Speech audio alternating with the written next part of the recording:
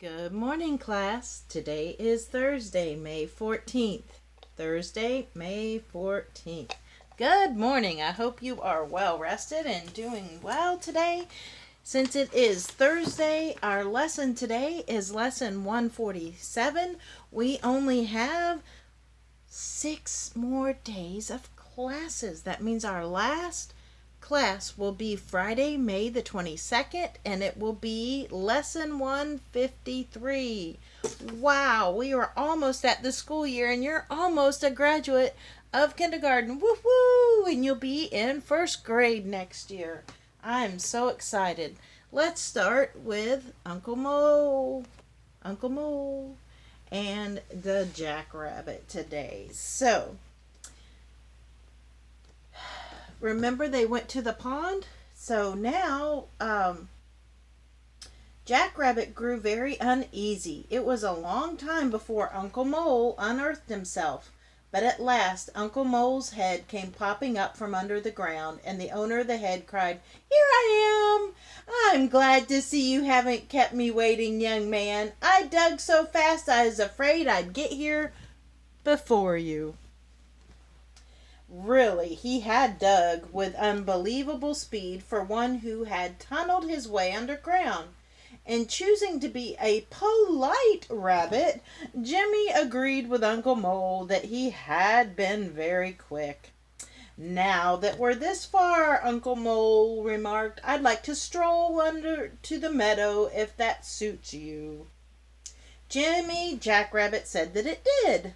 There was clover in the meadow, and he had waited so long for Uncle Mole that he had begun to feel hungry again. So a luncheon of clover tops. It would be exactly what he needed. "Then let's be on our way," Uncle Mole cried again. "I'll join you on the other side of the duck pond."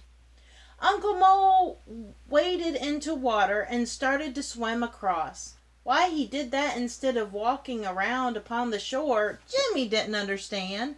It was so unexpected that he stood still and stared at Uncle Mole. One thing was certain, Uncle Mole could travel much faster through the water than he could underground.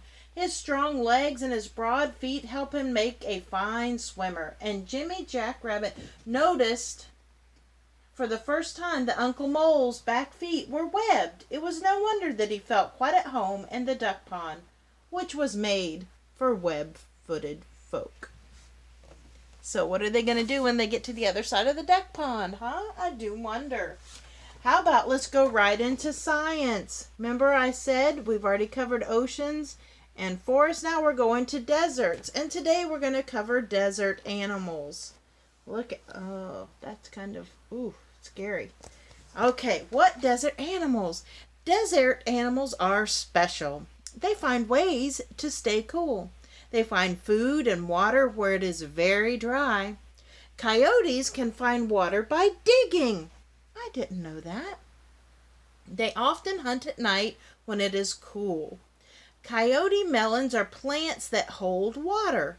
They taste bad to most animals, but coyotes love them.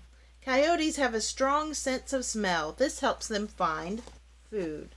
That's a coyote. The snake is cooling off under the sand. Desert tortoises dig homes in the ground. This keeps them cool. They eat plants for their food. These same plants give them the water they need. So see how the snake is burying himself under the sand? It keeps him cooler, but it also camouflages him, and that makes him more scary to me. So, I don't know if I want a desert snake. Okay, so today on lesson 143 in book Letters and Sounds, we're going to page 181.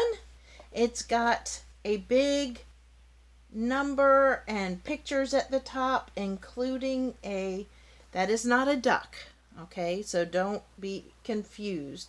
It's a baby chicken. What do you call a baby chicken? So that's what's at the top of this page, and you're going to simply write your name at the top and then draw the picture from the picture to the word. I am sorry, my dogs are barking. Yes, Mocha, come here. Shh, shh. I'm gonna have to stop the video.